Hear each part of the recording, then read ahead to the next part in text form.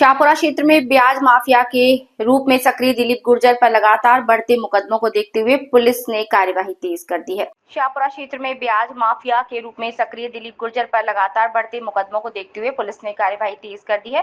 Police अधीक्षक के आदेश पर अब कोर्ट में चालान पेश कर जमीन की कुर्की के आदेश की प्रक्रिया आगे बढ़ाई जा रही है।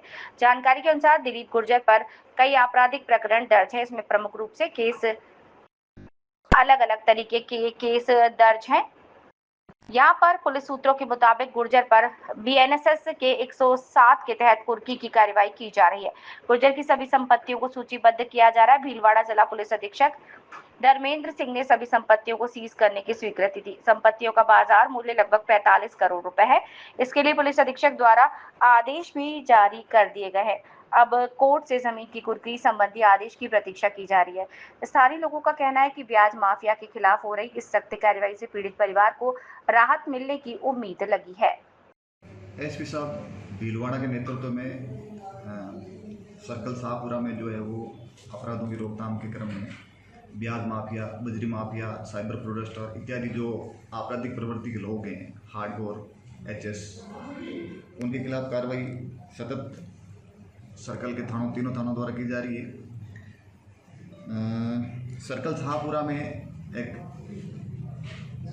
दिलीप गुर्जर नामक व्यक्ति के खिलाफ माह अगस्त 2025 में 2 प्रकरण दर्ज हुए हैं और 2 ही प्रकरण अभी माह सितंबर 2025 में दर्ज हुए हैं। चारों ही प्रकरणों के अंदर एक्सटॉर्शन, लोगों को पैसा ब्याज पर देना, उनसे पैसा देते वक्त ही खाली चेक और खाली स्टाम्प ले लेना और हर महीने किस्त में पैसा ब्याज से बांधना, पूरा पैसा वसूल होने के बावजूद जो है वो खाली चेक और खाली स्टाम्प का मिसयूज़ करके उनके प्लाट, ज़मीन, मकान इत्यादि की लिखापटी करके अपने नाम रजिस्ट्री और पट्टे करवा लेना।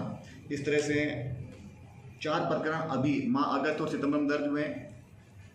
इस कार्य में इसके अलावा इन 4 प्रकरणों के अलावा कुछ परिवाद भी लोगों द्वारा हमें प्राप्त हुए हैं कि पैसे उधार लिए हमने और पूरे पैसे देने के बावजूद जो है हमें हमारे खाली चेक और स्टाम्प इत्यादि का मिसयूज़ करने की धमकी दी जा रही है। अपनी राजनीतिक पहुंच होने की धमकी दी जाती है, डराया धमकाया जाता है।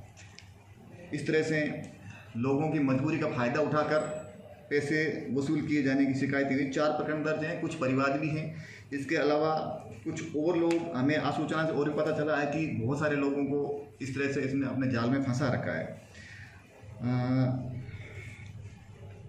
इसके अलावा इस दिलीप पर वर्ष 2015 में एक प्रकरण पुलिस पर मारपीट करने का और पत्थरबाजी करने का दर्ज हुआ था, जिसमें पुलिस ने चालान करके और कोर्ट में चालान पेश किया है, जो अभी जेर ट्रायल है।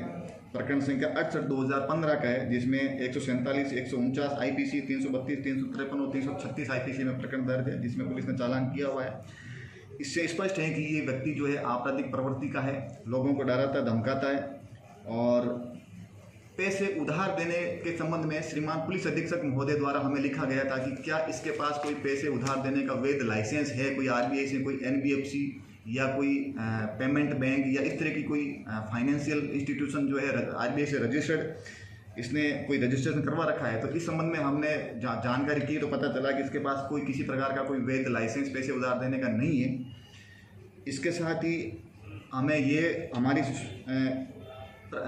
जो प्राइमा फेसी जो प्राथमिक जांच है मोटा मोटी पुलिस की, हमारी आसूचना और हमारी जांच से पता चला है कि इसके पास खेतीबाड़ी के अलावा कोई वैध आय का स्रोत नहीं है। किसी प्रकार का जीएसटी रजिस्ट्रेशन, कोई बिजनेस या कोई इनकम टैक्स रिटर्न ये और या इसके परिवार में या इसका बच्चा, इसका भाई, इसका फादर भरते हों, ऐसा अभी हमारे तक हमें इसने कोई सूचना नहीं दी। हमने इसको इस संबंध में नोटिस जारी किए हुए हैं। किसी प्रकार की कोई इनकम टैक्स रिटर्न भरने की सूचना, जीएसटी रजिस्ट्रेशन की इस तरह की कोई सूचना नहीं है। इससे साबित होता है कि कोई वैध आय का स्रोत नहीं है। अब इस तरह से इन प्रकरणों के अनुसंधान के दौरान पुलिस को ये संज्ञान में आया कि इस तरह से इसने आपराधिक कृत्य करके और बड़ी संपत्ति अर्जित की है, तो हमने इसकी संपत्ति की सूचना नगर पालिका से, पीडब्ल्यूडी से, आरटीओ डीटीओ से और भी संबंधित डिपार्टमेंट तहसील से इत्यादि से हमने सूचना एकत्रित की। इसकी संपत्ति की सूची हमने प्राप्त की तो लगभग 350 बीघा जमीन जो है इसके और इसके परिवार के सदस्यों के नाम दर्ज होना सामने आया है, जिसमें से इसकी पुश्तैनी जमीन मात्र 40 बीघा लगभग होना सामने आया है। 300 से अधिक बीघा जमीन इसके द्वारा खरीदी गई पाई गई है।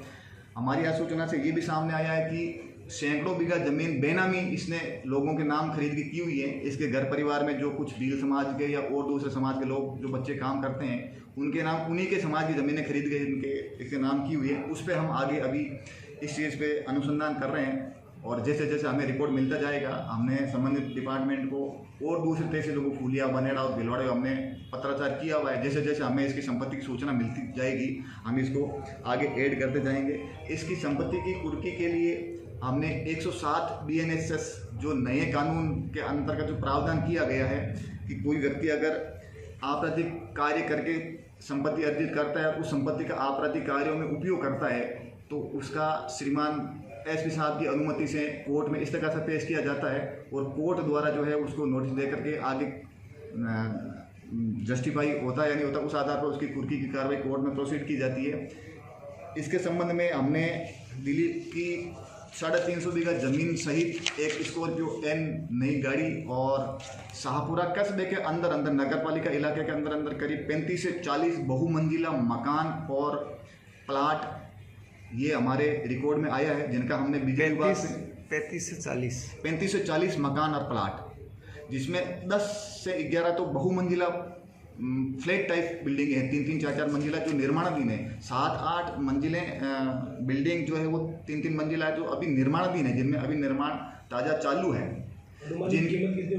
इनकी ज़मीन, गाड़ी और इन प्लाट और इनकी अनुमानित कीमत हमने अभी लगभग 40 से 45 करोड़ आंकी है। हमें अभी और सूचनाएं मिलना बाकी है क्योंकि बहुत सारी बहुमंजिला इमारतें जो नगर पालिका इलाके के अंदर निर्माणाधीन है उनकी निर्माण स्वीकृति का कोई रिकॉर्ड नगर पालिका के पास में नहीं मिला है, न हमें नगर पालिका ने उपलब्ध करवाया है।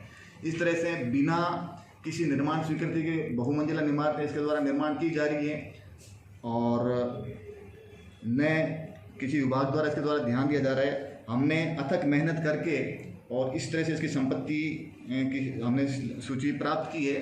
श्रीमान माननीय कोर्ट में अब हम अगले 2-3 दिन के अंदर इसका इस्तेगासा, इसकी संपत्ति की सूची का एकदम से एग्जाई कॉम्पिलेशन करके हम पेश प्रस्तुत कर देंगे और कुर्की की कार्रवाई हम जल्दी शुरू करवाएंगे। श्रीमान SP साहब के निर्देशानुसार हमें ये निर्देश मिले हैं कि कोई भी व्यक्ति खौफ में, डर में ना जिए, कोई व्यक्ति पीड़ित ना हो, कोई अपराध किसी प्रकार का किसी के साथ में नहीं हो।